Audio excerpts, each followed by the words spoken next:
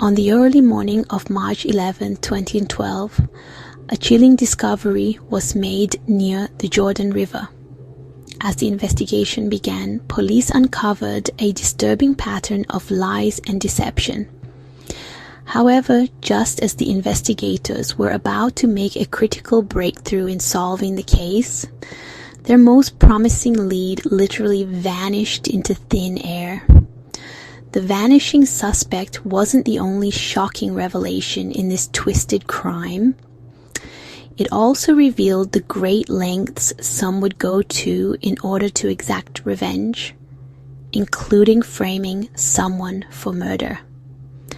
As the police arrived at the scene and meticulously examined the pools of blood on the rocks, they immediately began tests to determine whether it was human blood or animal.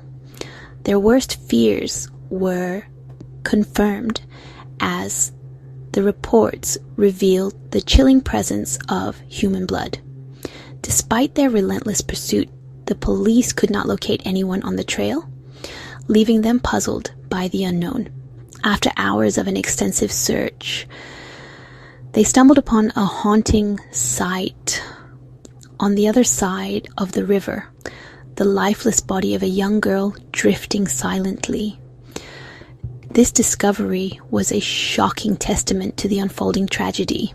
The young girl had remained submerged in the water for hours. Her face was swollen, bearing signs of severe trauma with multiple fractures, including a prominent injury on her forehead that left her face disfigured and unrecognizable. An autopsy later confirmed that the cause of death was multiple blunt force injuries to her head. Notably, she wore a shoe that matched the one discovered by the jogger who had placed the 911 call. In efforts to identify the victim, the police arranged a press conference to share crucial information about the discovery, hoping that someone would step forward with valuable information to aid the investigation. A mile away, Veronica Kasprzak switched on the television to watch the news. As she listened to the announcement, her blood ran cold with a chilling realization. Could this be her daughter, Annie? 15-year-old Annie lived with her mother, Veronica, and stepfather, James Bretcher. On Saturday night, Veronica and James returned home from their dinner date, and Annie excitedly greeted them at the front door. Everything seemed normal as Veronica went to her room for a shower while James stayed in the kitchen. At 7:45 p.m., James noticed Annie leaving the kitchen and heading toward her room. At 8:40 p.m., while talking to her sister, Veronica realized that she hadn't seen or spoken with Annie since they arrived home.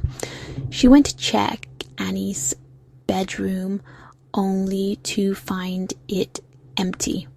Alarmed, she called out to her husband, who rushed upstairs with a note he found in another room. The note declared Annie's shocking revelation.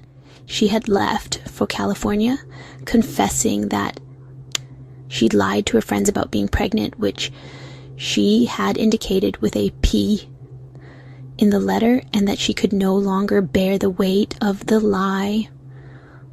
With their hearts racing, Veronica and James immediately called the authorities to report Annie as a runaway. Veronica then reached out to Christopher Bagshaw and his boyfriend, desperately seeking any information.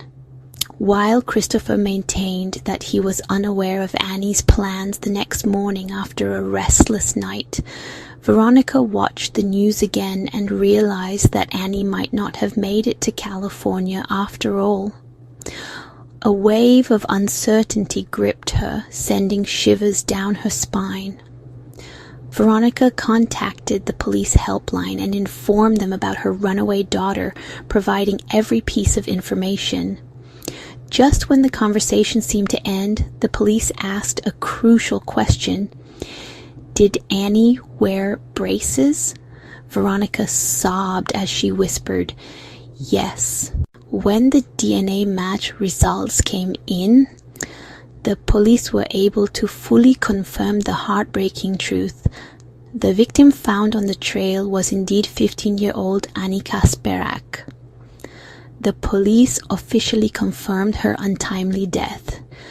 Annie's decision to run away became a pivotal element in their ongoing investigation, as it could shed light on the circumstances surrounding her tragic fate. Recognizing the significance of understanding Annie's motivations, the investigators paid a visit to her grieving family and uncovered her harrowing past. It turned out Annie's early life had been marred by the harsh reality of growing up in an unhealthy household. As a result, she endured a fragmented upbringing, moving between foster homes and child services centers. However, Veronica Kasprzak, an aspiring employee at Child Services, became Annie's dedicated case manager. Over time, a deep connection formed between them, leading Veronica and her then-husband Dennis to adopt Annie as their own.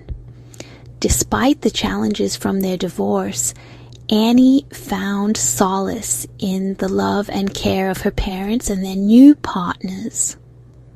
Upon further investigation, the police found Annie's journals, which revealed her profound obsession with her boyfriend, Christopher Bagshaw.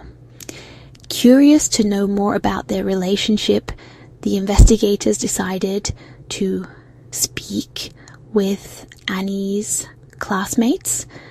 They consistently mentioned Christopher's name and disclosed a circulating rumor about Annie being pregnant with his child, the same pregnancy Annie had mentioned in her note.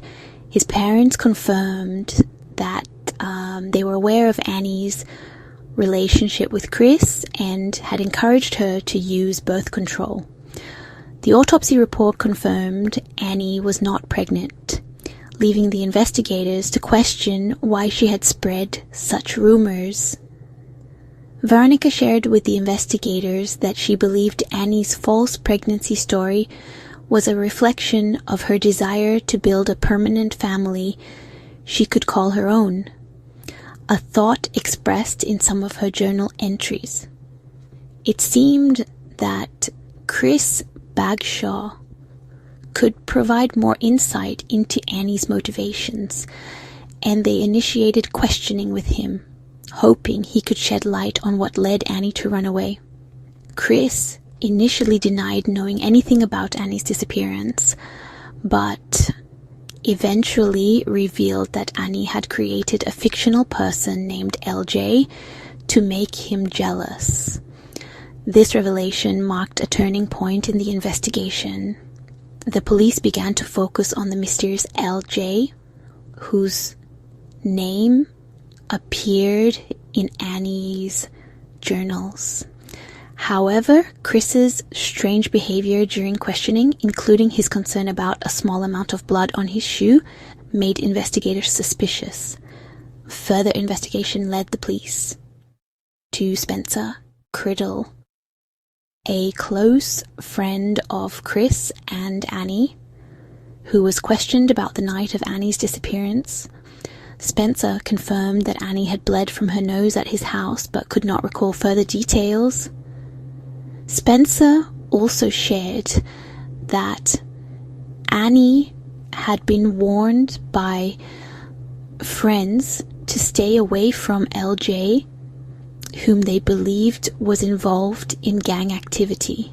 The investigation took a dramatic turn when Joanna Franklin, an individual with a history of credit card theft, contacted the police.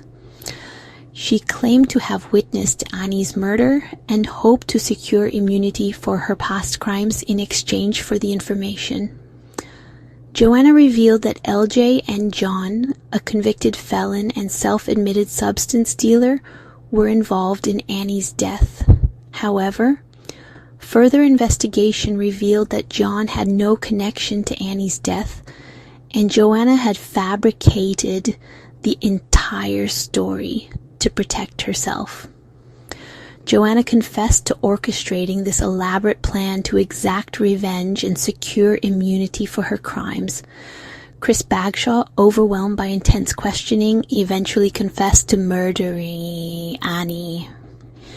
He revealed that there was no LJ. He had created the fictional character to divert attention away from himself. Chris admitted that he had killed Annie because he believed she was pregnant with his child. He had planned the murder and staged the entire story to cover up his actions. Chris's confession was corroborated by evidence, including his phone records, a detailed timeline of Annie's disappearance, and a note he had written. The police found that Chris had used a bike similar to the description given by witnesses and had even posted messages on social media after Annie's death, attempting to deflect suspicion. Chris was arrested and charged with first-degree murder and obstruction of justice. He was tried as an adult.